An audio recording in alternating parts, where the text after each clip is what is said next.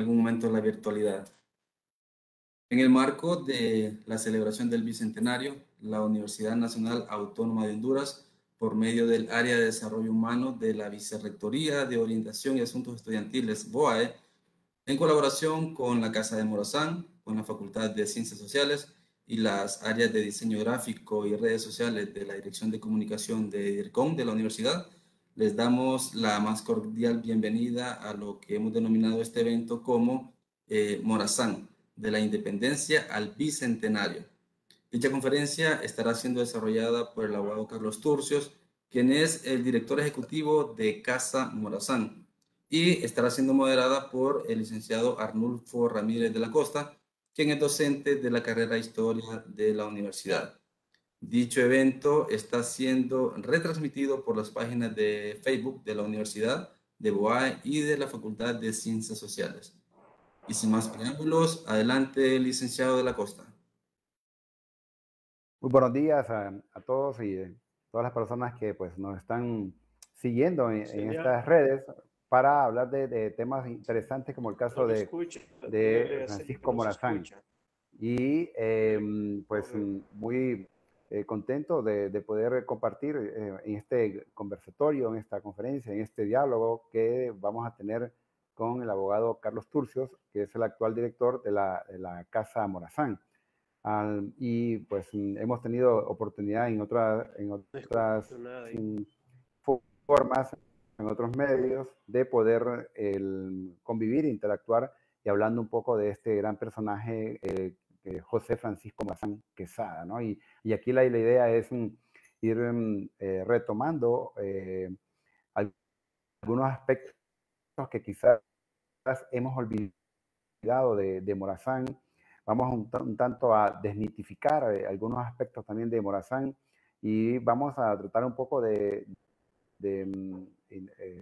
tener esos nuevos conocimientos para entender muy bien a este personaje que, pues, defendido, por algunos elogiado y viceversa, ha sido por otros traicionado, eh, ejecutado, porque se mueve en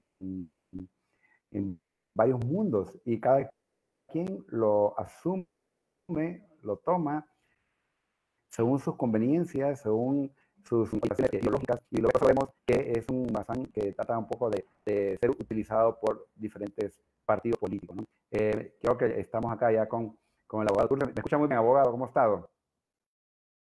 Sí, excelente, lo escucho ahora muy bien. Muy amable, un placer Aquí, saludarle y compartir con usted y con todas las personas que estamos sintonizados, ¿verdad? así es. El gusto es mío y es un honor poder compartir con usted y como lo he comentado, hemos tenido oportunidad de compartir estos aspectos importantes de la vida de Morazán. Y aquí, hoy día, abogado, se trata de hablar de un Morazán tal vez desconocido o muy conocido, pero con elementos nuevos que nos pueden ayudar un poco a entender a este Morazán, ¿no? Es decir, no verlo a un Morazán cada 15 de septiembre o cada 3 de octubre, sino que ver a un Morazán que va trascendiendo y que de una u otra forma como que le estamos dando la razón a muchos aspectos o muchas ideas que él tenía en ese momento histórico. Me- eh, Así es, licenciado. ¿Me puedo hablar? Claro, claro, está muy bien, está muy Sí. bien. Un saludo a toda la juventud, a todas las personas que estamos enlazados. Agradecido con la Universidad Nacional Autónoma, con el licenciado Fernando Coca, por esta genial invitación y por valorar altamente positivamente a la Casa de Morazán. Y de esta manera, pues compartir sobre la vida o pensamiento de esta figura estelar de la supernova de la política centroamericana, como es el general Francisco Morazán, en ese marco del bicentenario de nuestra independencia centroamericana. Y como decía el licenciado Arnulfo Ramírez de la Costa, durante su vida y durante su vigencia como figura estelar en la política centroamericana, Morazán fue aplaudido y repudiado por otros. y luego después de su muerte hubo una consigna. Las fuerzas conservadoras centroamericanas, aupadas por un sector de la Iglesia Católica, por la rancia aristocracia centroamericana y por el cónsul espía de Inglaterra en Centroamérica, Frederick Chatfield, se juró borrar de la historia a este hombre. Fue hasta que llega a la luz de nuevo a Centroamérica tras la muerte de el protervo Rafael Carrera, que se da la reforma liberal en Guatemala, aupada por García Granados y por Justo Rufino Barrios y por aquellos dos jóvenes, por aquellos bisoños políticos hondureños como Marco Aurelio Soto y Ramón Rosa, y crean la reforma liberal. Ahí en la reforma liberal hay un superministro, Martín Barrundia, el hijo del gran amigo de Morazán, José Francisco Barrundia, que redime la figura de Morazán a través del intelectual Lorenzo Montúfar. Y luego comienza a redimirse la figura de Morazán y a entrar en la historia. Y al entrar en la historia se vuelve un gigante. Ese es el Morazán, ¿verdad? Que fue precisamente en Guatemala que se quiso abortar, y es en Guatemala que lo redimen, porque en Honduras las fuerzas oscuras dirigidas por Francisco Ferrera y Santo Guardiola quisieron borrar también de la historia al general Morazán. No se pudo porque la buena semilla permanece. Definitivamente, y esos son los momentos cruciales de personajes como Francisco Morazán, y podemos dar a conocer incluso toda una trayectoria que de repente, abogado Turcios, hemos venido estudiando en la escuela, en la secundaria y también en la universidad, y algunos aspectos que de repente la gente puede decir, no, esto ya estoy cansado de esto de Morazán, no, es que, porque la cuestión es que si no tenemos el contexto histórico, no vamos a poder entender bien a cualquier personaje, Morazán, Dionisio Herrera, Valle, en este caso Morazán, porque necesitamos tener ese contexto histórico, porque todo tiene una explicación, ¿no? El actual de Morazán, desde su infancia, desde su adolescencia, su juventud, su vida de adulta, tiene una explicación, o sea, hay una cierta coherencia y unidad en ese actual de Morazán, y es lo que lo hace diferente. Muchos dicen que a Morazán en su época histórica nadie lo comprendía. ¿Será cierto eso, abogado Turcios? Sí, una pequeña observación, licenciado Arnulfo. Nosotros hablamos de la historia de Honduras porque conociendo la historia de Honduras y de los héroes y próceres, estamos creando la identidad y los valores y formando la memoria histórica. Recuerde que nuestro país tiene una débil identidad, una débil identidad nacional y una poca memoria histórica. Fíjense que la academia, en este caso la Universidad Nacional Autónoma de Honduras, la carrera de Historia y los demás sectores que conforman la academia hondureña, son los obligados a redimir la identidad nacional y crear la memoria histórica. ¿Y cómo lo vamos a hacer? Volviendo al pasado, contando lo que pasó con Honduras, lo que fue Honduras. El pasado de Honduras es brillante. Imagínense, ¿por qué hablamos de Morazán? Porque es un hombre que a través de sus acciones y valiosas ejecutorias le dio brío a la patria. Y en este momento sensible de la patria, donde hay una gran crisis de valores, es bueno volver la vista a aquellos hombres que dieron su vida y dieron todo por la patria. Aunque a uno no le guste, incluso fíjese que hay historiadores que han dicho, ¿verdad?, que ya no es correcto seguir hablando de Morazán, de Valle de Cabañas, porque eso es algo ya trillado. Y incluso hay un candidato presidencial. Les voy a dar una pista. Hay un candidato presidencial, un tipo que sale en la televisión casi en calzoncillos, haciendo el ridículo. Dice que para qué vamos a hablar de esos tipos que ni siquiera existieron. Eso es lapidario. Un tipo que tiene la posibilidad de dirigir este país que diga eso es lapidario. Porque hablar de los héroes y próceres nacionales es hablar del altar de la patria. Y el altar de la patria es sagrado. Está bien que algunos le tiren lodo al altar de la patria, pero nosotros tenemos la obligación de limpiarlo todos los días. Por eso hablamos de Morazán, de Valle, de Cabañas, Cabañas con su honestidad que sigue vigente y que con su barba plateada pica a los pícaros. Es necesario que lo sigamos hablando aunque no les guste. Del talento de Valle, esta figura estelar que es el más ilustre de los centroamericanos. Tenemos que hablar de ese ejemplo de liderazgo y de servicio a la humanidad y a sus semejantes que hizo el Padre Reyes. Es bueno hablarle cuando otros, usted sabe muy bien que en este momento se dedican a vender libreada la sangre del Señor, ¿verdad? Por eso es bueno hablar de esto. Y Morazán, ¿por qué es importante Morazán? Porque es el más grande de los centroamericanos. Fue 3 veces presidente de Honduras, 3 veces presidente de El Salvador, 2 veces presidente de Centroamérica, fue presidente de Costa Rica, pero eso no es lo importante. Tuvo 5 ejércitos de cada estado centroamericano más uno federal, y con eso se dedicó no a abusar del poder, sino a respetar la ley, a que se respetara. Y cuando le ofrecieron la dictadura en 3 ocasiones, la rechazó porque él no nació para eso. Esa es la grandeza de Morazán. También sacarlo de la estatura militar que se le ha ubicado. Él fue un militar pero improvisado. Más que eso, fue un hombre con mucha vocación civilista, pacifista, humanista y educador. Ese es el Morazán desconocido que queremos compartir también con las personas que tienen el privilegio de aguantarnos hoy, ¿verdad? Bien, vamos a iniciar entonces hablando de esos. Este personaje Morazán, como decíamos, es un personaje que tiene que ver mucho con la historia de Centroamérica. Y por ahí, abogado, se dice que si no hablamos si hablamos de la historia de Centroamérica, obviamente está involucrado Morazán. Bueno, digámoslo, vamos a iniciar algunos aspectos.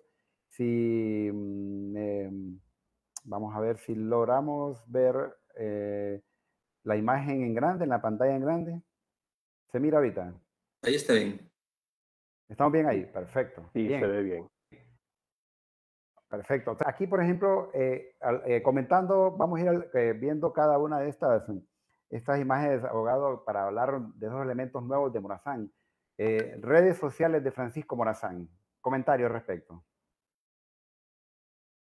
Hay redes sociales. ¿A eso se refiere? Sí, vemos Hay ahí mucha, hay ajá. mucha, hay mucha red social que le rinde homenaje a él. Es una figura, ¿verdad?, que pareciera que se está poniendo de moda, y eso es bueno, porque lo bueno Y hay si que lo tomarlo vemos, en cuenta ante así esta es, abogado. precaria crisis. Exacto. Y si lo vemos en aquella época, abogado, vemos todas esas conexiones de Morazán con diferentes personajes que usted mencionado algunos, Miguel Granados, con Gerardo Barrios, Mariano Galvez. Vemos ahí en la imagen todas esas conexiones que tuvo Morazán para ese entonces. Al final, abogado, en aquella época histórica, en ese entonces, Morazán era un personaje también reconocido. Sí, fíjese que él era un hombre tan reconocido en el plano internacional que los franceses, las potencias de la época, los franceses, los ingleses, los holandeses y los norteamericanos estadounidenses lo admiraban y establecieron relaciones diplomáticas inmediatamente con él.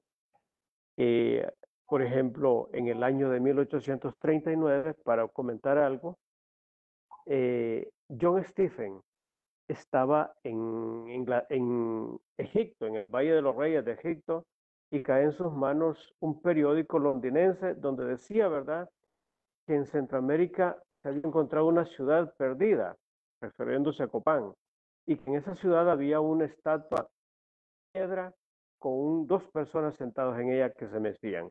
Entonces John Stephen, que era un explorador nato, regresa a Estados Unidos y dice, voy para Centroamérica. Y se reúne con el presidente estadounidense Martin Van Buren. Y le dice Van Buren, si vas a Centroamérica es peligroso que te maten, pero ya que vas a ir, te voy a nombrar embajador itinerante en Centroamérica, pero te voy a pedir 3 favores. El primero es que investigues quién es Francisco Morazán, de quien se habla tanto acá. Quiero que investigues quién es ese hombre que ha causado tanto furor. y luego le pidió que hiciera un estudio sobre el canal interoceánico que uniría el Atlántico y el Pacífico con el lago de Nicaragua y el río San Juan, y luego que investigara las riquezas naturales centroamericanas. Y John Stephen viene y cumplió a cabalidad de eso. Ustedes saben que es un hombre que cuando conoció a Morazán se admiró y lo calificó como el centroamericano más grande de todos los tiempos, como el hombre más valioso en Centroamérica y que lamentablemente los centroamericanos lo han sacrificado. Luego en Definitivamente. 1859 el presidente Buchanan, Jacobo Buchanan, repitió ese elogio a Morazán. Cuando Estados Unidos, valga la redundancia, era un país, ¿verdad?, diferente al de ahora, que se acercaba a estos pueblos con excelentes buenas intenciones, ¿verdad? Definitivamente. Y John Stephen venía junto con Frederick Cattrick, que era un arquitecto inglés, que fue el que hizo los dibujos de Copán, los primeros dibujos a mano alzada de Copán. Así que un personaje interesante que también tiene que ver con nuestra historia. Abogado Turcios, el testamento, hay gente que incluso duda que Morazán lo hizo. ¿Sí lo hizo Morazán de su puño y letra? Claro, ese fue un momento memorable en la historia de Centroamérica. Imagínense que ese testamento lo escribió Morazán 2 horas antes de ser asesinado. Oiga bien, llega una guardia militar al cuarto donde él estaba en San José de Costa Rica, porque él llegó a San José de Costa Rica el 15 de septiembre en la mañana. De Cartago lo trasladan a San José, de Cartago salen a las 6 y llegan a las 10 de la mañana a San José y lo establecen en un cuarto donde estaba con Villaseñor y con su hijo Francisco y José Antonio Vigil, que estaba escribiéndolo todo. Imagínense, estaba escribiendo ese momento memorable. Entonces a las 2 de la tarde llega la guardia militar y le dice: general, a las 3, perdón, usted va a ser fusilado a las 6 de la tarde. Muy bien, dice él no anduvo suplicando, no, no me maten, él no anduvo suplicando. Muy bien, tráigame papel y lápiz. Y le traen papel y lápiz y comienza a dictarle el testamento a su hijo. El cipote de 14 años estaba llorando. Entonces él lo conmina: hijo, ¿qué le pasa? No llore, morir hoy es como morir mañana. Y le quita papel y lápiz y lo termina Morazán. Por eso ese testamento tiene 2 tipos de letras, la que inició su hijo y la que terminó él. Y ojo, aprovecho la oportunidad para decirle a todos los que nos escuchan, esa pieza del testamento de Morazán es una obra memorable. Hemos leído muchos testamentos y ninguno se aproxima a Morazán. Es una pieza memorable que le escribió en un momento de tensión. Imagínense que le dicen a él: dentro de 2 horas muere. Cualquiera de nosotros en ese momento se le turba la mente. Ustedes saben lo que eso significa.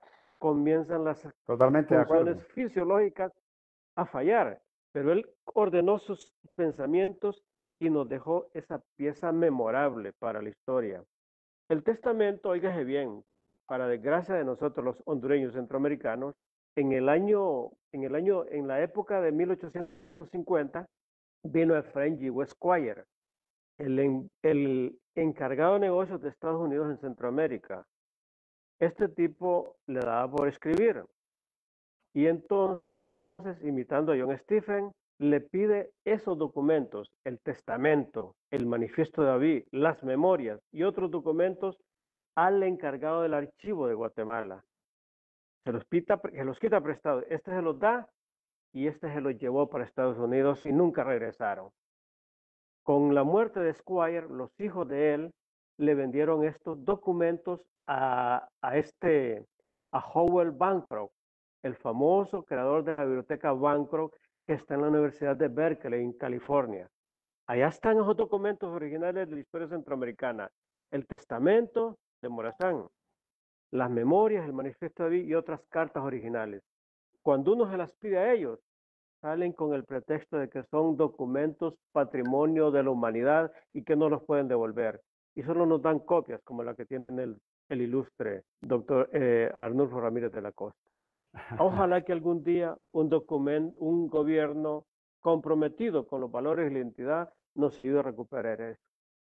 Pero mientras tanto, les comento eso. Se lo llevaron para allá y no es fácil recuperarlo. Así es. Bueno, Pero que es un documento dato. original, claro. Claro. Ahí está la firma del héroe. Se pertenece a Centroamérica. Ojo, sí, en ese documento Morazán lo firma al final y lo entrega, pero cuando iba saliendo se acuerda de que se le olvidaron algunas cosas y ve cuando dijo él, el momento, la premura del tiempo, poco tiempo que me dieron, se me hizo olvidar algunas cosas, pero quiero que le digan a Crucito Lozano, que era su abogado, su secretario privado, que lego mis restos al pueblo salvadoreño y se me olvidaron algunas deudas que también debo y que él no las ignora, pero quiero que algunas deudas sean retribuidas a mi esposa.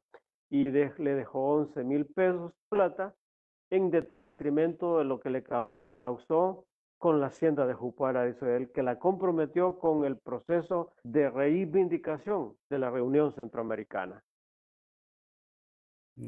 Muy importante estos datos. Aquí tenemos un poco lo que es la firma de Francisco Morazán, que se encuentra, este es un documento que se encuentra actualmente en el Museo de la Moneda de aquí del Banco Central de Tegucigalpa. Y quisiera comentarlo, abogado Turcios, que es cuando llegaron los pliegos de independencia que llegan a Tegucigalpa, un 28 de septiembre, y aquí tenemos incluso donde están los puntos rojos, un trabajo, una investigación que hizo el historiador Pedro Kiel, historiador hondureño, donde remarca la firma de Francisco Morazán y la firma del papá de Morazán. El primer punto rojo es la firma de Morazán y el otro punto rojo es la firma del padre de Morazán.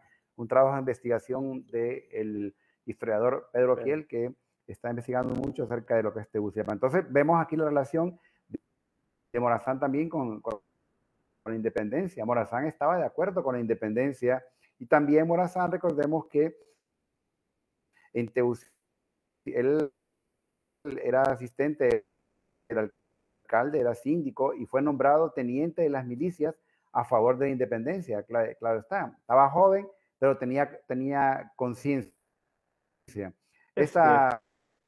El comentario de Álvaro Contreras, suprimir el genio de Morazán es célebre. En efecto, licenciado, fíjese que se nos decía, abogado, realmente Morazán era católico, era de la masonería, era evangélico, pero aquí... No, mire, quiero destacar algo, mire, antes de contestarle también eso. Morazán, cuando se da la independencia, tenía 29 años. En Tegucigalpa ya estaba radicado el otro sabio centroamericano Dionisio Herrera, el hombre estadista. Herrera se acaba de casar con la prima de Morazán, Micaela Quesada. Ya eran familia. Y Dionisio Herrera era una figura muy importante en Tegucigalpa. Era el abogado que venía con laureles de la Universidad de San Carlos de Guatemala. Entonces, cuando se da y recuerde que había sido el discípulo de Fray Antonio Liendo de Goicoechea, el promotor, el ideólogo, el maestro de los prohombres de la independencia de Centroamérica. Recuerde que Liendo de Goicoechea era catedrático de la Universidad de San Carlos de Borromeo, ahí en Guatemala, y tenía como alumnos a José del Valle, a Dionisio Herrera, a don Pedro Molina, Mariano Galvez, Barrundia y La Reinaga. Estos hombres fueron los impulsadores de la independencia de Centroamérica, discípulos de Fray Antonio Liendo de Goicoechea. Fíjense que les hablaba de las peligrosas ideas de aquella época de la Revolución Francesa, de la Ilustración. Y los dueños, los rectores de la Universidad de San Carlos, que era Pedro Aycinena, del clan Aycinena, lo castigó y lo puso a comer en el suelo y él indignado renunció y se vino a trabajar con los indios de Olancho, con los indios de Agalta. Ahí pasó sus días de 1815 en adelante Fray Antonio Liendo de Goicoechea. Pero bien, vienen los peos de independencia de Tegucigalpa y lo recibe Dionisio Herrera, el joven Francisco Morazán, don Eusebio Morazán, Eusebio Ruiz y otros notables tegucigalpenses. Y Tegucigalpa se incorpora y abraza la independencia, contrario a Comayagua, que estaba siempre pugnando por la anexión de Centroamérica a México, porque en Comayagua estaba otra figura gigante que era Juan Nepomucemo Fernández Lindo y Zelaya, el gran Juan Lindo. Ahora bien, que fue católico, evangélico, Morazán fue católico. Él lo dice en su testamento, en nombre del autor del universo, en cuya religión muero, declaro, y todo lo demás. Pero se distanció con la iglesia cuando él es presidente de Centroamérica y separó la iglesia del Estado. Vuelve la educación laica y gratuita. La educación estaba en poder de la iglesia y entonces estaba plasmada de mucha religión sin meterlo a otras ramas. Entonces, y también era privilegiada, era solamente para los hijos de los ricos, y Morazán la vuelve laica y gratuita para todos. Antes, la iglesia le prohibía a las mujeres educarse.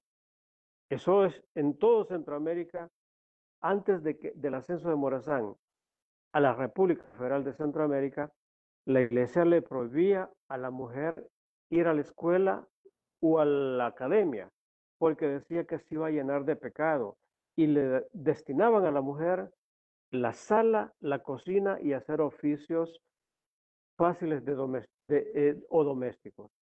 Y entonces viene Morazán y cambia todo eso, y claro, toda acción genera una reacción. Algunos lo vieron bien, otros se molestaron. Y es donde comienzan los problemas con la iglesia y comienzan a criticar que era un hereje. Pero en realidad Morazán era un buen cristiano católico. En su toma de posición en la República Federal destaca eso y dijo que el cuerpo de la iglesia iba a ser fortalecido y me iba a dedicar a la evangelización, no a otras cosas. Luego, destaquemos, ¿verdad?, que también expulsó a 92 sacerdotes de 7,000 que había en Centroamérica, porque estos andaban en otra cosa, no evangelizando. Y recuerden que la iglesia siempre fue aliado de la corona española. Y cuando se da el proceso de independencia, la iglesia se molestó y buscaba la forma de cómo recuperar su hegemonía a través de la corona. Había un personaje bastante especial que era Ramón Casados y Torres, que era el líder de la iglesia, que era aquel que pugnaba por eso. Y recuerden que la familia Aycinena siempre estuvo ligada a la iglesia a través de Pedro Aycinena y María Teresa Aycinena, que era la jefe de los conventos en Guatemala. Entonces, claro, eso molestó y fue cuando comenzaron a aislar a Morazán de la iglesia. El mismo Padre Reyes tuvo críticas contra Morazán, pero con el tiempo hubo aproximaciones entre Reyes y Morazán también. Interesante, porque aquí tenemos incluso, ya que usted habla de la educación, es cierto, porque recordemos a una de las heroínas, vamos a decirlo así, de la independencia en Guatemala, Dolores Bedoya, que ella decía que ella sabía leer y escribir, y eso era como algo mal visto. También, Morazán, su hermana era una monja, su hermano era un sacerdote. Su religión, como usted acaba de decir, él se bautizó por la iglesia católica, que lo vimos en la pila bautismal, casualmente en Tegucigalpa. Y aparte de eso, uno de sus mejores amigos era un sacerdote. Entonces la pregunta es, ¿de dónde sacan esa historia de que Morazán era un hereje? Claro, siempre esa mala publicidad que se le da para ese entonces. Viendo esta imagen, y los abogado, mejores amigos de él, vemos aquí el edificio de... Sí, dígame. Entonces, los mejores amigos de Morazán eran sacerdotes. Así es, definitivamente. Le decía, ¿verdad?, que uno de los mejores amigos de Morazán eran sacerdotes. Me refiero a Francisco Antonio Márquez, que era el cura de Texigua, y a través del cura de Texigua él se encargaba de conseguirle soldados, de reclutarle soldados valientes de Texigua. No olvidemos que los soldados de Morazán eran los Texigua, los curarenes, los alubarenes, los Nueva Armenia, los Morolicas, los Reitocas, toda esa gente del sur de Brisco Morazán y del Paraíso. Y ojo, el hermano de Morazán, Benito Morazán, también era sacerdote y también se encargaba de ayudarle en la gesta por la liberación de Centroamérica. Entonces, al final, pues se han ido superando esas cosas, ¿verdad?, oscuras que se han dicho de él.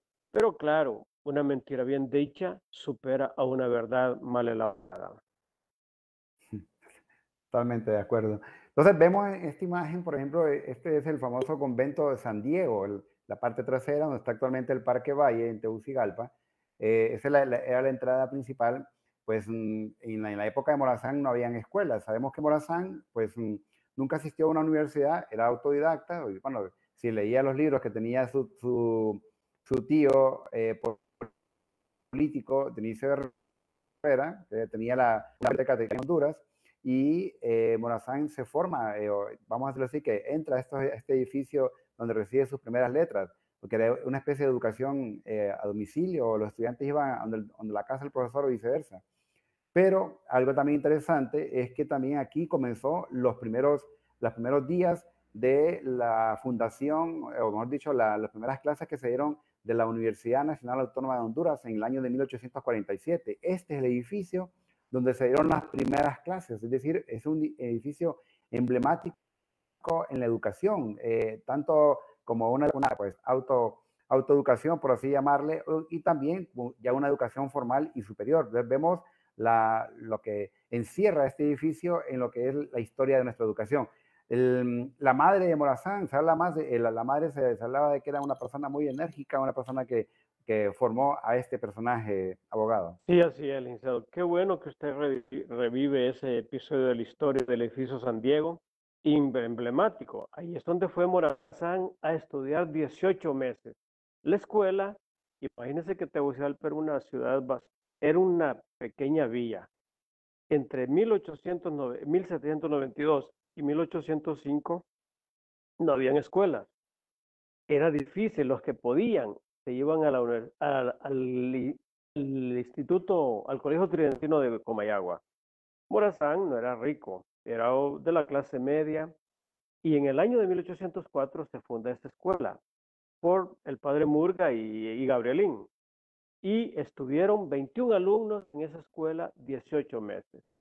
La iglesia se llevó la escuela para Guatemala porque acá no rendía, era poco, económicamente no les resultaba, y es cuando Morazán queda en el aire, como usted lo dice, y se vuelve un autodidacta, un hombre que se educó por su propia cuenta, gracias, ¿verdad? Y en esos días, estoy hablando de 1805, entonces, en esos días él no tenía contacto con ningún talento como Herrera o Valle, hasta que él andaba de casa en casa buscando libros, leyendo, ilustrándose, y por su propia cuenta le daban clases privadas, y en eso pues conoce al famoso León Vázquez, quien lo metió en su escribanía y comenzó a hacer una especie de acciones de abogacía. Y luego aparece siendo síndico en la alcaldía municipal, donde promueve la creación de la primera escuela por Tegucigalpa. Entonces, hay un historiador que dijo, ¿verdad?, que por qué le pusieron pedagógica a la Universidad Pedagógica Francisco Morazán cuando Morazán no tiene nada que ver con la educación. Si Morazán es el iniciador de la educación en Honduras. ¿Qué pasa entonces? Bien hecho por la Universidad Pedagógica de darle justicia a un hombre que se preocupó por la educación. La primera escuela la trajo Morazán a Tegucigalpa y está allá, en el barrio Rarrón al fondo. Se llama Francisco Morazán todavía. Bueno, luego aparece en escena Dionisio Herrera. Herrera aparece más o menos en 1815 en Tegucigalpa y forma un grupo de estudiosos, de jóvenes inquietos de Tegucigalpa, y comienza a hablarles de las formidables ideas de la Ilustración francesa, de Montesquieu, de Rousseau, de Diderot, de D'Alembert y Voltaire. Y esas ideas cautivaron a esos jóvenes, entre ellos Morazán, y es como crece él en ideas, y como usted dice con buen criterio, la biblioteca de Herrera la comparte con Morazán. Al final usted sabe que la biblioteca estaba escrita en francés también, y algunos que eran parte todavía de la Santa Inquisición dijeron que esas letras eran herejes, que eran diabólicas, y le quemaron la iglesia, le quemaron la biblioteca al pobre Dionisio de Los Herrera. libros. Usted me pregunta por los libros, imagínate, pero por mucho que quemen libros, siempre vamos a encontrar. Luego, usted preguntó si era masón. Mire, la verdad que los masones redimen la figura de Morazán y dicen que es masón porque en el testamento dicen, en nombre del autor del universo en cuya religión veo declaro. Ellos dicen que en eso se basan para que Morazán haya sido masón, pero en realidad no hay nada probado que haya sido masón.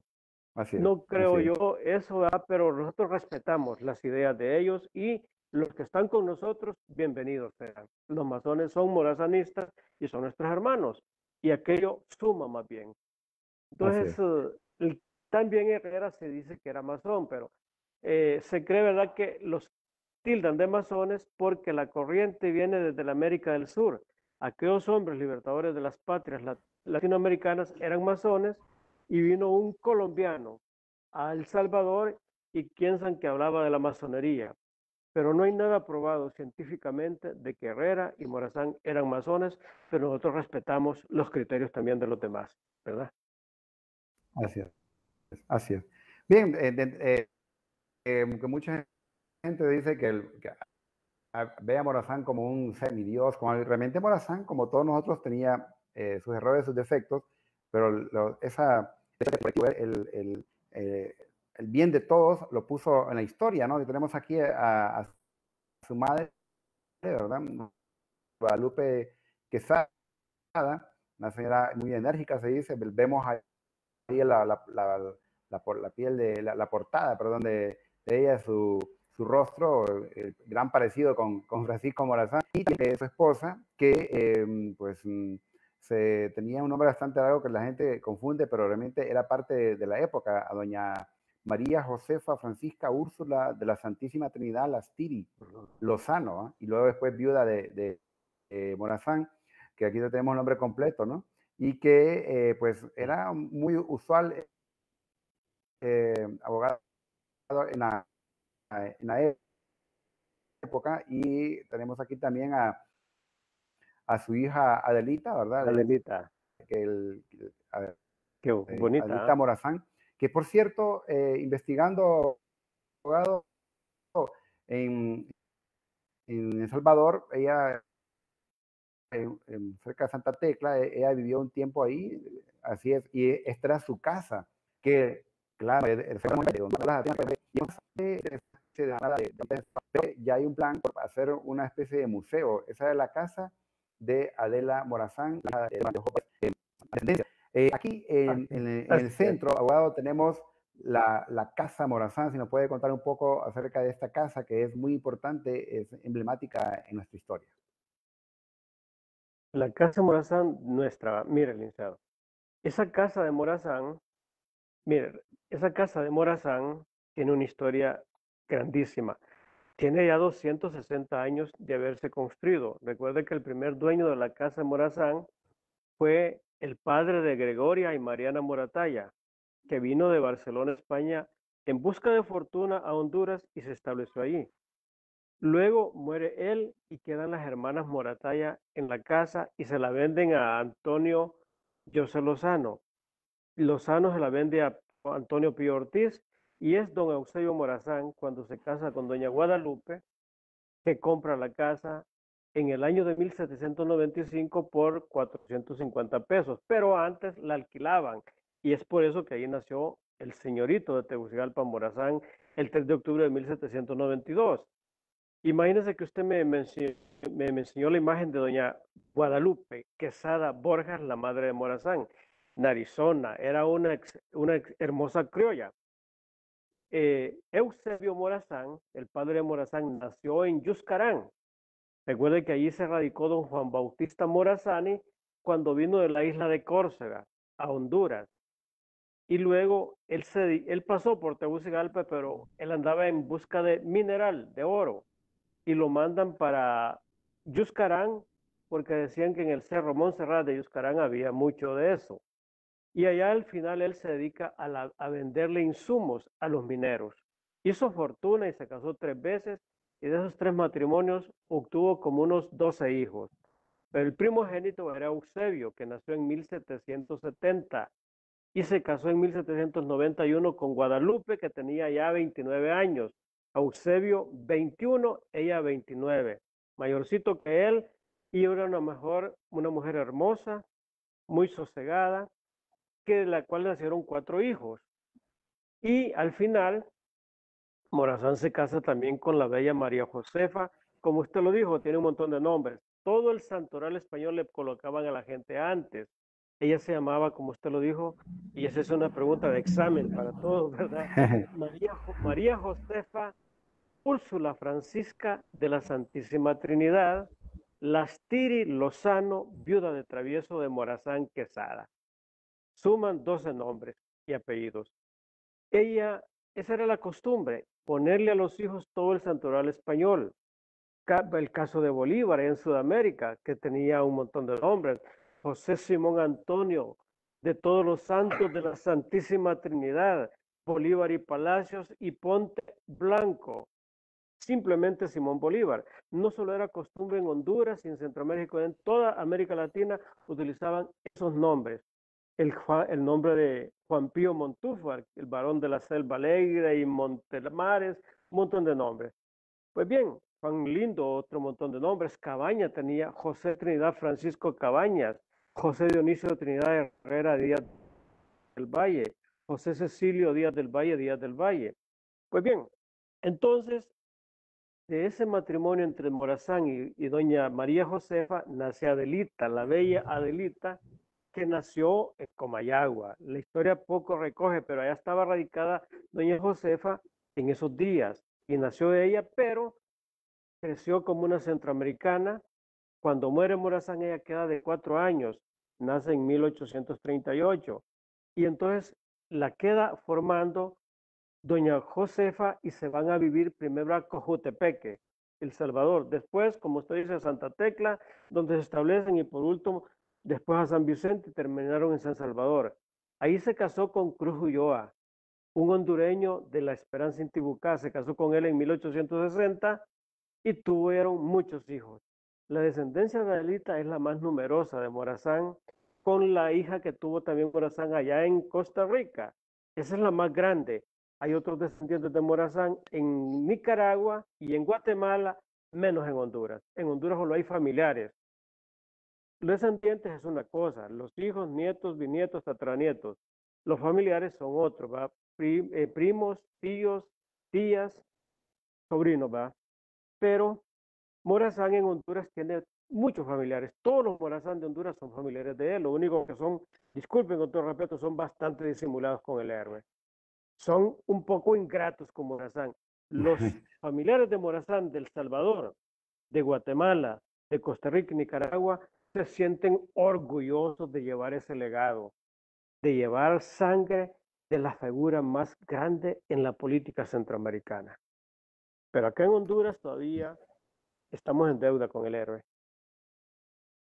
Bueno, en deuda tal que incluso esta que vemos aquí es una de las primeras esculturas o estatuas ecuestres en honor a Morazán, porque realmente no las habían, que es traída por un contrato que se hizo de Marco Aurelio Soto y Ramón Rosa. Pero algo interesante que la gente también se pregunta es, porque hay elementos que hay que conocer un poco de Morazán. Aquí vemos, por ejemplo, esta fue cuando Morazán cumplió, creo que fueron los 100 años de esta fecha, este 1942, esta imagen que ven ahí, 1942, los 100 años después de la muerte de Morazán, que fue en 1842.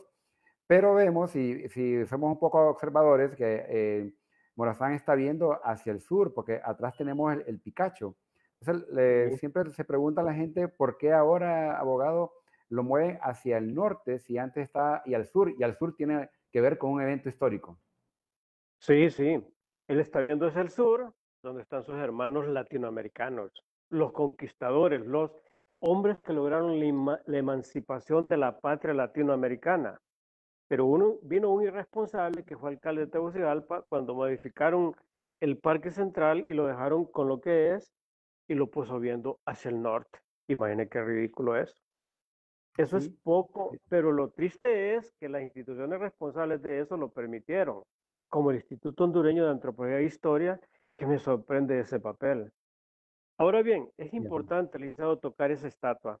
Usted sabe muy bien que durante mucho tiempo, todos los días, yo paso por ahí y siempre voy a encontrar a alguien como dando lecciones de moral y de honestidad diciendo que esa no es la estatua de Morazán. ¡Qué locura! Esa es la estatua del general Morazán. Es auténtica, fue mandada a hacer en el año de 1882 por Marco Aurelio Soto y Ramón Rosa. Y contrataron esos dos hombres a los hermanos Durine, los mismos que hicieron la estatua de El Salvador, donde Álvaro Contreras dijo esa frase eterna: suprimid el genio de Morazán y habéis aniquilado la historia de todo Centroamérica. La primera estatua que vino a Centroamérica es la que los salvadoreños le dirigieron a El Héroe en 1882, donde Álvaro Contreras dijo su hermoso discurso ante Adelita Morazán Lastire y Crucito Lozano y toda la familia de Morazán. Ahí estaba Ramón Rosa y Soto, y ahí mismo contratan a Durini para que haga la estatua de Tegucigalpa. Durini cobró por ese valor 27,000 pesos, agregando la estatua de Valle, que está en el Parque Valle, la de Reyes, que está en la Merced, la de Cabañas, que está en la Merced, y las 4 estaciones que están en el Parque Central. Y la estatua de Morazán vino y fue instalada ahí un 30 de noviembre de 1883, hace ya 138 años que está esa estatua ahí. Hace poquito, hace como 3 días, unos irresponsables se subieron a la estatua. Usted vio, ¿verdad? Usted incluso tomó una foto. ¿Sabe qué hicieron? La lavaron con jabón. ¡Qué bárbaro! ¿Y cómo es posible que el instituto permita eso? El Instituto de Antropología e Historia. Dígame, gente de las Fuerzas Armadas fueron a lavarla con jabón. Es un acto irresponsable, es para lavarla. Si hay trabajos especiales para ello, pero en Honduras usted sabe que improvisamos para eso también. Ojalá, verdad, que hayan correcciones honrosas. Sin embargo, lo que sí queremos aclarar es que la estatua pertenece a Morazán. No es cierto que pertenece a un mariscal Ney de Francia, aquel famoso soldado de Napoleón que fue asesinado, fusilado en París en 1818. Nada, es un invento. Dicen que ese rumor lo inventó Esteban Mendoza cuando fue ministro de Educación. Miren qué barbaridad. Y luego lo recoge William Crane, un aventurero canadiense que le escribió un libro que se llama Democracias y Tiranías en Centroamérica y el Caribe. Y luego ese Crane dice, en 1945, los hondureños le rinden homenaje a una estatua que está en el Parque Central de Tegucigalpa, que dicen que es de Morazán, pero no es de él, sino que es del mariscal Ney, porque unos hondureños que fueron comisionados para traerla de París, en el camino se chuparon el pisto. Y con lo que les gustó, trajeron esa, haciéndola pasar como mariscal Ney. Eso es absolutamente falso. Ni hubo hondureños que fueron a chupárselo, el pisto, ni tampoco hubo esa comisión. La estatua se hizo mediante una contrata cuyo documento original lo tenemos nosotros en la Casa de Morazán. Ahí está la orden. Y el decreto original está en la Casa de Morazán también. Ahí lo tenemos a la orden. Y se pagaron 27,000 pesos plata, que era un dineral. La moneda de aquel tiempo era bien gruesa, bien grande. Y bien, más o menos como el grosor de las tortillas de Santa Rosa de Copán, y así más o menos de anchas. Esa dimensión. Y cada moneda de 20,000 de un peso de aquella época son 20,000 lempiras de ahora. Es un dineral. Eso le costó al Estado de Honduras la estatua de Morazán, que es de él, y que los hondureños debemos de creer firmemente que sí pertenece al héroe. Solo hay un pequeño errorcito, que es el sombrero. El sombrero es de un oficial francés, porque Leopoldo Maurice, el escultor francés que la hizo, a quien contrataron los hermanos Dorine, mandó a pedir informes de qué sombrero le colocaban acá, pero no llegaron nunca esos porque las comunicaciones eran difíciles, y él se le ocurrió ponerle ese birrete francés a la cabeza del héroe. Pero es Morazán, es la estatua del héroe. Es un gran homenaje del pueblo hondureño y centroamericano al héroe, y debemos de creer y debemos de olvidar esas mentiras que todos los días dicen algunos malos enemigos de Morazán que tiran lodo al altar de la patria. Perdón, licenciado, que me extienda, ¿verdad? Pero, ¿me entiende? Me inspiro mucho. No hay problema, no entendemos. Nos sigue inspirando, como dicen ayer, hoy y siempre, ¿no? Hay un personaje interesante aquí que es Manuel Escobar, este era un soldado de Morazán, que hay una batalla, creo que es un lugar obligatorio a conocer, que es el Cerro de la Trinidad, eso es en Sabana Grande, donde tenemos esta escultura, otra escultura de Morazán, que está exactamente, con su sable, como decía por ahí los colegas de la historiadores de la Universidad Pedagógica, que Morazán está siempre con su sable listo, ¿verdad? Que nunca vainó, como dicen. Entonces aquí tenemos ensambló y vemos el monumento que se hace ahí en honor a esta gran batalla. Dentro de las espadas de Morazán, que como usted comentamos la vez pasada, quiero mencionar esta, abogado, que es el sable ceremonial del general, que fue utilizado cuando fue nombrado presidente de Costa Rica, ¿no? Que es de marfil, de plata, de piedras preciosas, que se encuentra, si lo quieren ver, actualmente en el Museo de la Moneda del Banco Central en Comayagüela. Aquí vemos algún detalle de la misma y que, pues, donde aparecen ahí las 5 estrellas, la famosa espada de Morazán que se le dio. Bueno, se dice siempre que en la ciudad de Ojona estuvo capturado Francisco Morazán en el año de 1827. Y esto, abogado, realmente también ahí se está investigando si estuvo preso en esa casa o en esta otra casa como una especie de prisión domiciliaria. Sí, sí. Fíjate, licenciado, que casi no se escucha. Hay problemas con el audio. No sé si es acá, pero sí le capté que hablaba del Cerro La Trinidad y Manuel Escobar, y que al final, si estuvo preso en esa casa o no, me imagino que se refiere a Ojojona, ¿verdad? Y en Exacto. realidad, mire, la batalla, el Cerro La Trinidad está a 32 kilómetros de Tegucigalpa yendo por la carretera al sur. Es un lugar muy hermoso donde todos los hondureños debemos de visitar. Ahí se ha programado hacer un parque, pero ese parque tiene más de 100 años de estarse elaborando, haciendo. Y como somos perros para dejar las cosas para último, ¿verdad? Eso es uno más. Entonces, ojalá, ¿verdad?, que algún día se le haga justicia a Morazán haciéndole un homenaje debido a ese Cerro de la Trinidad. Imagine que la estatua que estaba antes ahí, una estatua bien grande y bien hermosa. Y vinieron a alguien y la quitaron y fueron tan irresponsables que la quitaron hace como unos 30 años, ¿verdad? Y la dejaron ahí, en una casita que está en el Cerro de la Trinidad. Y pusieron otra, que es la que usted mostró en la imagen, que deja mucho que desear. Incluso esa imagen que está actualmente no es digna de Morazán. Pero ni modo, hay que acomodarnos a todo eso. Y ojalá que el Instituto de Hondureña de Antropología reaccione ante eso también. Pues bien, esa batalla la libró el general Morazán el 11 de noviembre de 1827 y es el punto de referencia para él lanzar su ofensiva que terminó llamando la Revolución de 1829, que inicia con la Batalla de la Trinidad, donde él libera a Honduras, que estaba copada o tomada por Justo Milla, que había traicionado a Honduras, había mandado presos a Guatemala.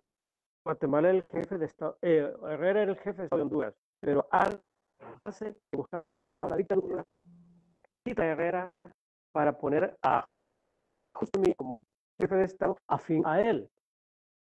Y, pues, y conservar su liderazgo en Centroamérica. Eso hace que Morazán que era el secretario general de gobierno de Honduras, se retira a Jojona. Con su esposa lo llegan a matar y lo echan en casa que fue licenciado Almírez.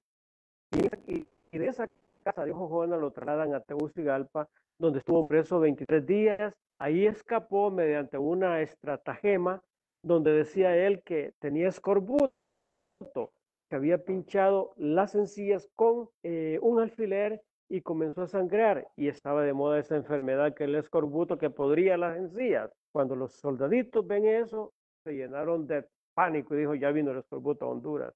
Y lo llevan al médico y en el camino Morazán se da la guinda, como dicen los chavos. Y llega a San Miguel, donde organiza un ejército, luego pasa a León, otro y otro de Honduras. Y esos 3 ejércitos convergen en Choluteca y de Choluteca avanza a Tegucigalpa. Y llega a Sabana Grande el 10 de noviembre. Entonces la gente que estaba en Tegucigalpa corre a atacarlo a él y es cuando se encuentran en el Cerro La Trinidad el 11 de noviembre de 1827 y libraron una batalla de 3 horas donde Morazán, con pocos soldados, solo eran unos 500 para 2.500 de ellos, los derrotó. Es la batalla, el inicio de su carrera. Después de esa batalla, él asume la presidencia de Honduras por primera vez. y luego deposita el poder en Diego Vigil y se va a liberar a El Salvador, donde lo llamaban, y da la batalla de Gualcho en El Salvador y libera El Salvador. Y después sigue ganando batallas.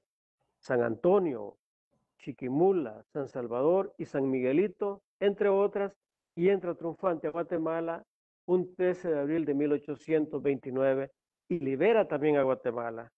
Con la liberación de los tres pueblos, recuperaba la legitimidad centroamericana. Y esa es la grandeza de Morazán y es el primer paso que dio con la Trinidad en su grandeza. Con esa gloria, él se presenta a elecciones en 1830 y participan dos hondureños, Morazán y Valle. Morazán le ganó a Valle. Imagínense qué hermoso el pasado de Honduras, que todos los presidentes de Centroamérica fueron hondureños, los presidentes legítimos. El primer presidente electo en Centroamérica fue Valle. Le robaron la presidencia mediante un fraude electoral que usted lo conoce muy bien, Linceo Ramírez. En 1829 le gana Morazán a Valle, otro hondureño, ¿verdad? 1834 hay de nuevo elecciones, participa Morazán y Valle, gana Valle, pero la historia es ingrata con Valle, muere de un paro cardíaco un mes de tomar posesión de la presidencia. Hay de nuevo elecciones en Centroamérica y vuelve a ganar Morazán. Qué hermoso, ¿verdad? Dos veces presidente de Centroamérica Valle y dos veces presidente de Centroamérica Morazán. Nadie ha acumulado más gloria que estos dos hondureños en Centroamérica. Y por eso Honduras debe sentirse orgullosa de su pasado. Un pasado que debemos de recuperar y pensando en eso, luchar todos los días por devolverle a Honduras el sitial de honor que merece en la historia de Centroamérica. Tenemos que luchar todos los días nosotros por darle brillo a la patria, para que Honduras brille por lo menos a nivel de Centroamérica y nosotros los hondureños, a donde quiera que vayamos, nos sintamos orgullosos de ser hondureños. Y no solo gritar viva Honduras cuando algunos que con los pies hacen alguna cosa. Ojo, el prestigio de Honduras no está en los pies de unos cuantos. Está el prestigio de Honduras en la capacidad creadora de todos sus hijos, pensando todos los días. Dejemos esas tonteritas para aquellos que tienen debilidad mental. Nosotros pensemos en la grandeza de Honduras con nuestra energía, pasión y comprensión mental. Así vamos a sacar a Honduras del atraso y la vamos a convertir grande, como nos la dejaron ellos, grande, rica, fuerte y respetada. Estamos totalmente de acuerdo con su pensamiento y bueno, interesante la historia de Morazán, podemos hablar horas, pero el tiempo se va cortando. Solo vamos a pasar rápidamente algunas imágenes para hacer una reflexión. Este es el Parque Morazán en Costa Rica, que lo único que hay de Morazán solo es esta escultura, ¿eh? Y que ahí es un parque de los más bellos que hay en San José, Costa Rica.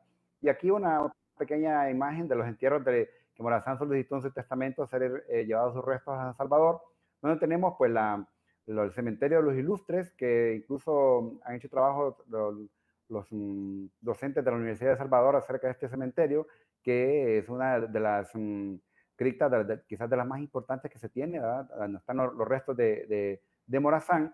Y aquí pues la vista, como comentábamos con ustedes, viendo hacia el norte, hacia lo que es el lado del Picacho, que realmente era el sur. Y esta hora importante que nos gustaría ya para un cierre, abogado, que usted la pudiera comentar.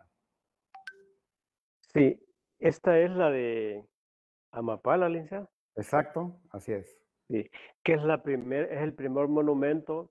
Los salvadoreños le regalaron ese monumento a los hondureños como símbolo de amistad eterna entre Morazán. Recordemos, ¿verdad?, que Morazán es más amado en El Salvador que en cualquier otra parte. En El Salvador lo adoran, es el héroe nacional por excelencia. Imaginen que mientras nosotros aquí en Honduras, el 3 de octubre, mandamos por el tal feriado morazánico que se inventaron, mandamos a los niños a hacer turismo de sol y playa o se quedan durmiendo en sus camitas. En El Salvador, ese día, en todas las escuelas, colegios y universidades le rinden homenaje a Morazán. Y oiga bien, usted tocó algo muy importante. Él está enterrado en el cementerio de los Ilustres de Salvador. Esa tumba que está en el cementerio de los Ilustres de El Salvador brilla todos los días, está bien nítida. y bien cuidada. Usted sabe muy bien eso porque ha ido. Y eso nos llama la atención a nosotros. Fíjese que esa tumba es protegida por caballeros cadetes de la Escuela Militar Capitán General Gerardo Barrios. Y hacen guardia permanente, usted lo sabe. Y nosotros aquí en Honduras le hemos pedido a la flamante Academia Militar General Francisco Morazán. Óigase bien, allá en El Salvador es la Academia Militar General Capitán General Gerardo Barrios que lo cuida permanentemente. Y nosotros le hemos pedido a los flamantes cadetes de la Escuela Militar General Francisco Morazán que cuiden la estatua de Morazán, por lo menos 2 por día. ¿Y sabe qué dicen? Que no les resulta porque es muy caro eso. Qué bárbaro, ¿verdad? Entonces, ¿ve la diferencia? ¿Cómo apreciamos los valores? Por ejemplo, hoy, 14 de septiembre, sí, hay cadetes cuidándolo. Desde las 6 de la mañana hasta las 5 de la tarde. Cuando son las 5 salen despavoridos. Y todas las ofrendas florales que ponemos ahí en el parque, se las lleva todo mundo. En 10 minutos queda eso barrido. Como que ha pasado un ciclón o un huracán de categoría 5, arrasó con todo. Así, ¿entiende? Y el 15 de septiembre pasa lo mismo, y el 3 de octubre lo mismo. Entonces, dígame una cosa, ¿por qué vamos a estar molestos porque Morazán prefirió ser enterrado en El Salvador? Ya lo tratan bien. Yo le aseguro que lo hubiéramos enterrado aquí, unos cuantos pícaros ya hubieran vendido libreados sus huesos, porque tenemos que aprender a amar lo nuestro. Miren la casa Morazán como nos tienen abandonado, ese hermoso monumento que en 10 años he visto cómo lo hemos llevado. Me estoy dando casaca yo. Es un hermoso monumento la Casa Morazán y todo el tiempo andamos luchando por conseguir un poquito de fondos para sobrevivir. Pasamos días difíciles, pero un día esperamos, ¿verdad?, que vuelva la esperanza.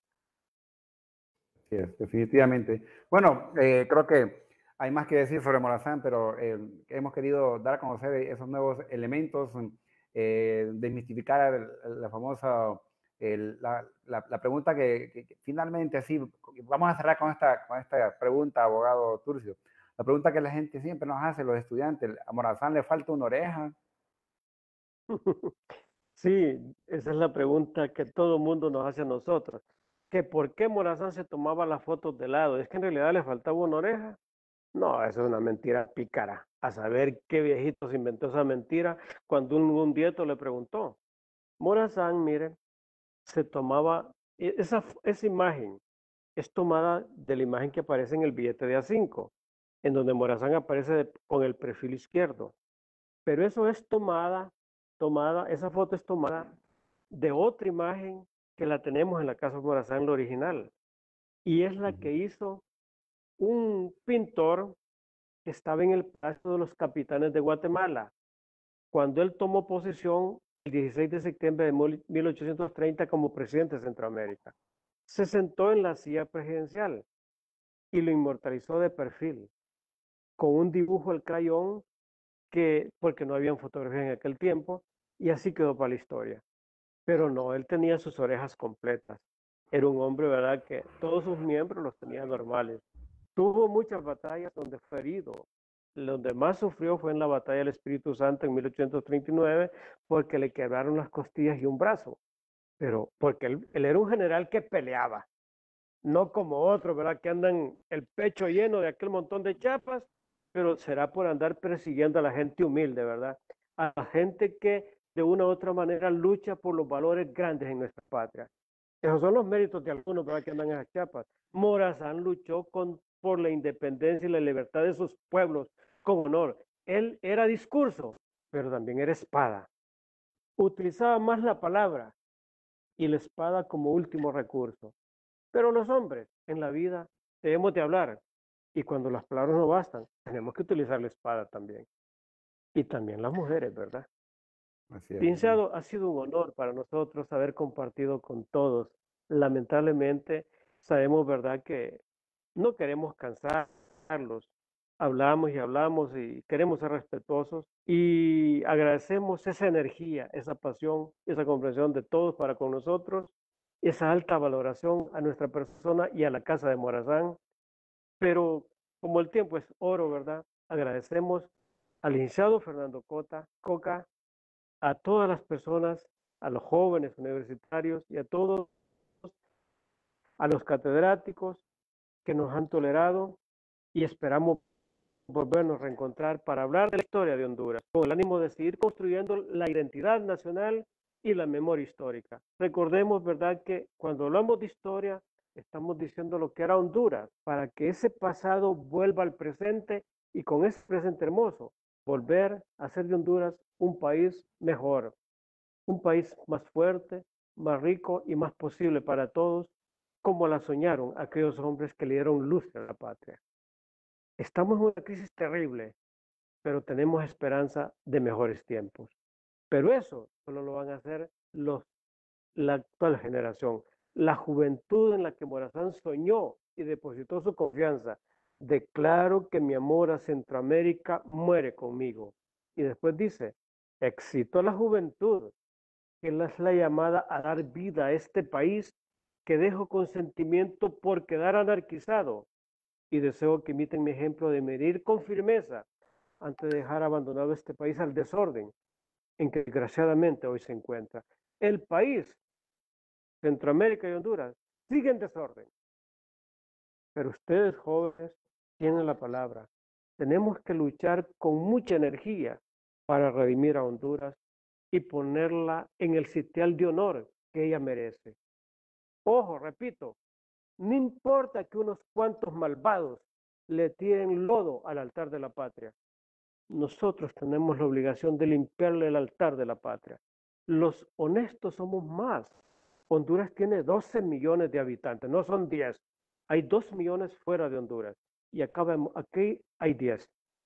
De esos 12 millones, posiblemente unos 50,000 o 100,000 sean los pícaros. Pero los buenos son más, somos más. ¿Qué pasa? Vamos a cometer el error que cometieron nuestros ancestros, los aztecas, que eran 25 millones y se dejaron someter por 500 invasores. O los hondureños, que cuando llegaron estos, llegaron como con 300 y sometieron a una población de 1.300.000.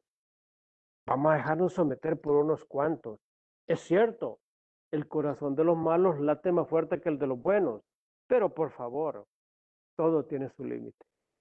Ojalá, ¿verdad?, que surja un liderazgo fuerte entre los hondureños, entre los jóvenes, y que nos cambie la historia. Y le vamos a Honduras, repito, ese sitial de honor que merece, donde la dejaron ellos y donde la quitaron, vinieron otros y la quitaron y la sustituyeron por cieno y por lodo y otras cosas más. Pero estamos a tiempo y nunca debemos de perder la esperanza. A usted, licenciado Ramírez, un abrazo también y muchas gracias, ¿verdad? Mi respeto y mi aprecio para usted siempre. El sentimiento es igual hacia usted, ¿verdad? Y somos amigos de la Casa Morazán y pues investigamos también a Morazán desde la óptica histórica. Y yo solo quiero cerrar con esto, con lo que usted acaba de mencionar. Ese es el gran mensaje realmente. Vemos que en las redes nos están saludando, están agradecidos con esos nuevos datos, esos nuevos aportes. Y eso es lo que queremos, ¿no? Y alguien dijo por ahí, hace falta más tiempo. Sí, es cierto, tiene razón. Hace falta más tiempo para hablar acerca de este gran personaje. Pero queremos decir, algunos enemigos de Morazán decían que el problema de ser enemigo de Morazán es que no lo podían igualar, ¿va? O sea, Morazán era en esa época, incluso muchos enemigos de él se unieron a él porque él persuadía a sus enemigos que tenía en ese entonces. Pero bueno, Licenciado, un pequeño digamos. paréntesis. Cuando yo hablo del pasado de Honduras, lo hablo con fundamento. Honduras fue el mejor país de Centroamérica en el pasado. Imagínense lo que yo les dije. Le dio a Centroamérica los 4 presidentes legítimos. 2 veces fue presidente Morazán y 2 veces el Sabio Valle. Pero también otros hondureños han sido presidentes de Centroamérica. Diego Vigil fue vicepresidente. Cabañas fue presidente de El Salvador y de Honduras. Y nadie ha logrado superar en honestidad a Cabañas. ¿Sabían ustedes que cuando Cabañas fue presidente de Honduras, su esposa, doña Petronila, le reclamó y le dijo, pero ¿con qué mudada, con qué ropa nueva vas a ir a recibir la presidencia? Y la esposa vendió una joya que tenía para comprarle ropa a su esposo. Y Cabañas, cuando salió de la presidencia de Honduras, ustedes saben que salió más pobre de cómo entró. Y murió en la miseria, Cabañas, allá a orillas del río Selcuapa, en Comayagua. Lo enterraron leñadores, como él, pero Cabañas se llenó de gloria.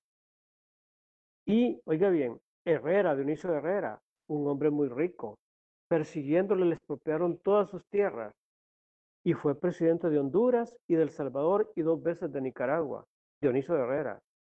Y murió en la peor de las miserias, Herrera, como maestro de la escuela de San Vicente allá en Salvador, porque perdió todo y su esposa, Micaela, quedó con 9 hijos, acabada, pero se llenaron de gloria también.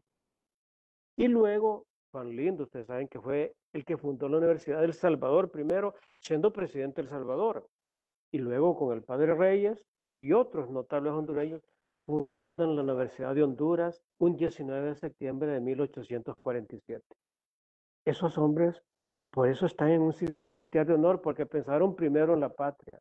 Entonces, ojo, amemos lo sublime, para que algún día, como dijo Ramón Rosa, tengamos patria e instituciones. Muchas gracias. Bueno, a mí no me resta más que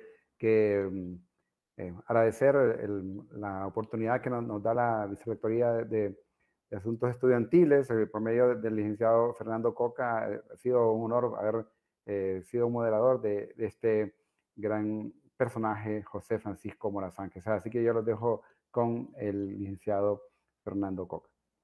Muchas gracias, estimados invitados especiales, por esta gran participación. Vemos en los chats muchos comentarios de parte de los participantes. De hecho, más de 450 en esta sala, quienes han quedado sumamente satisfechos por la gran presentación que nos han hecho con respecto a esta temática súper importante para todos nosotros como hondureños, ¿verdad? Y sobre todo en el marco de esta celebración del Bicentenario, como lo estamos haciendo todos los hondureños. No me queda más que dar muchas gracias por su colaboración. Más adelante podamos compartir nuevos espacios, ¿verdad? Académicos en el tema del Bicentenario, en el tema de independencia.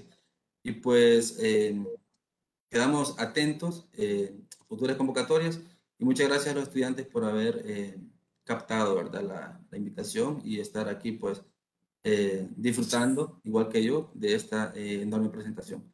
Damos por terminada la jornada, agradeciendo nuevamente a todos y cada uno de ustedes por su participación. Muchísimas gracias. Gracias a usted también, licenciado. Muy amable. Gracias a usted.